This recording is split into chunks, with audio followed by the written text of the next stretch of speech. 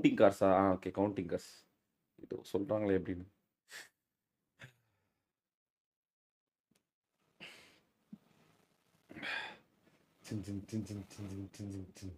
Counting கார்ஸா?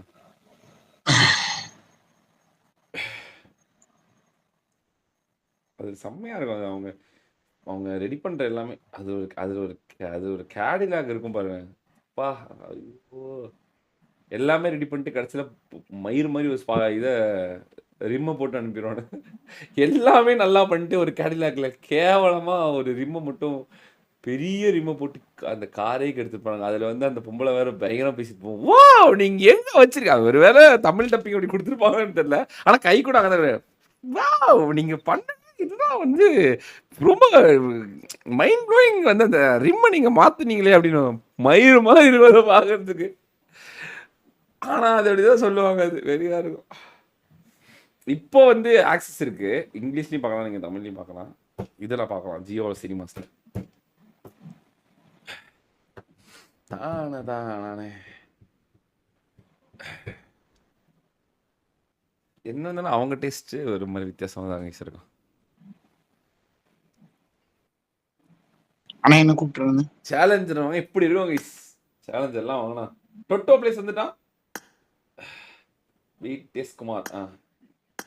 Kumar இவன் கோல்மால் பண்ணியிருக்கான்னு நினைக்கிறேன். குமார் டொட்டோ வந்து ஐவரிட்ட கொடுத்துருப்பான்னு நினைக்கிறான். அவன் தான் ஆடுறான்னு நினைக்கிறேன். எனக்கு அப்படியே தோணுது. பார்த்த உடனே ஒரு தோணுது டொட்டோ வரமாட்டானே, செத்துருச்சுன்னு எனக்கு photo அனுப்பிச்சான்.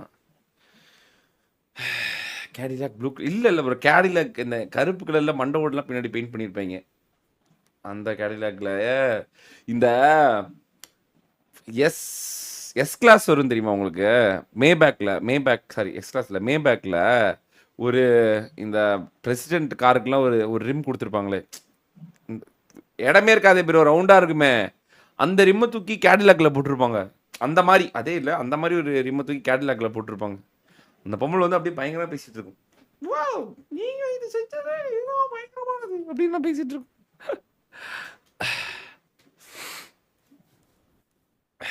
Slot 3 Renault was not in பிடிஎஸ்ல. அவங்க தான் சேஞ்ச் ஆக மாட்டாங்க.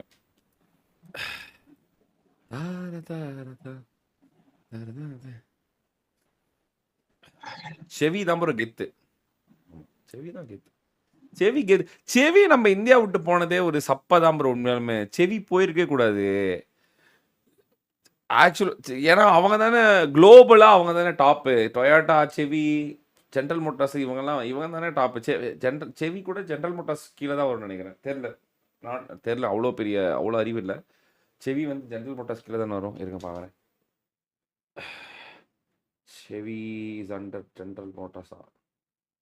ஜிஎம் கீழே தான் இருக்குன்னு நினைக்கிறேன். செவி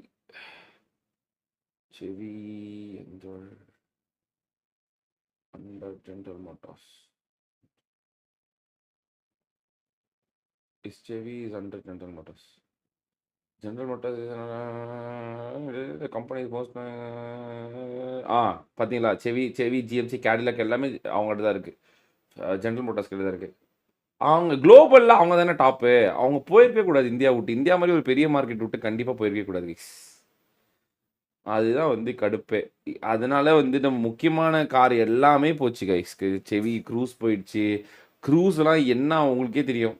அந்த அந்த டைமில் வந்து எவ்வளோ ஃபேமஸான காரு அந்த ப்ரைஸுக்கு. நிறையா போச்சு. பிக்கப் ட்ரக் நிறையா இந்தியாவில் வராமல் போச்சு எல்லாம். இந்த அப்புறமேட்டு பார்த்தீங்கன்னா இந்த மகேந்திரா டொயோட்டாவோட மேனிப்புலேஷன் மாஃபியாலே எல்லாம் போயிடுச்சு. செவி வந்து இருந்திருக்கணும். அது வந்து இப்போ தான் ஏதோ இந்த ஃபோர்டு எண்டவர் ஏதோ மறுபடியும் கொண்டு வரேன்னு சொல்லிட்டு இருந்தாங்க. ஃபோர்டுமே கொஞ்சம் நாயினிக்கிடுச்சு. செவிலாம் போயிருக்கே கூடாது. செவி போனதுனால நிறைய கார் மாடல் எல்லாம் போயிடுச்சு. நம்ம ரொம்ப டொயோட்டாவையும் ஹுண்டாயையும் நம்ம டிபெண்ட் பண்ணுற மாதிரி ஆகிப்போச்சு. அது எனக்கு பிடிக்கவே இல்லை சுத்தமாக.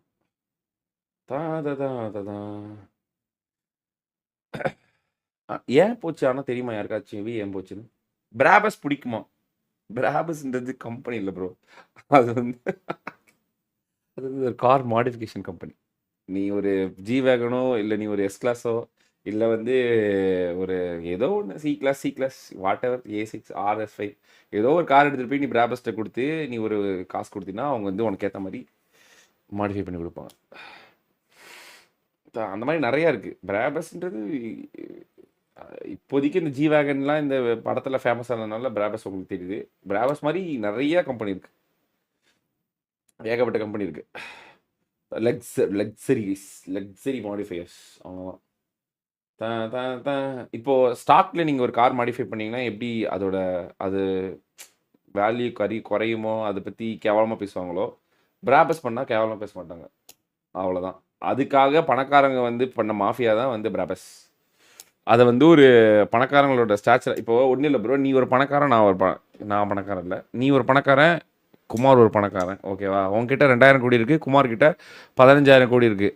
ஆனால் உங்கள் 2 பேராலையும் ஜி வேகன் தான் வாங்க முடியுது. ஆனால் அந்த ஜி வேகனில் வித்தியாசம் தெரியணும். உன்னோட ஜி வேகன் வெறும் 13 கோடி தான் இருக்கும், அவனோட ஜி வேகன் 150 கோடியாக மாற்றணும் அப்படின்னா அவன் பிராபஸ்ட்டை போய் தான் ஆகணும். பணக்காரங்களுக்குள்ளே நடக்கிற ஒரு மாஃபியாவும் ஒரு மேனிப்புலேஷன் தான் அது.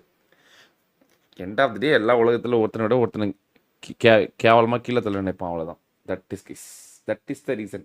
பிராபஸ்ஸு மேன்சரி எல்லாம் வந்தது காரணம் அதுதான், வேறு எதுக்காகவும் கிடையாது. அவங்களுக்குள்ளே அடிச்சுக்கிறது. காசு வச்சுட்டு என்ன பண்ணுறது? எவ்வளோ என்ன தான் சாப்பிட முடியும்? ஒரு கட்டத்துக்கு மேலே பண்ணி தான் ஆகணும், ஜாலியாக இருந்தால்.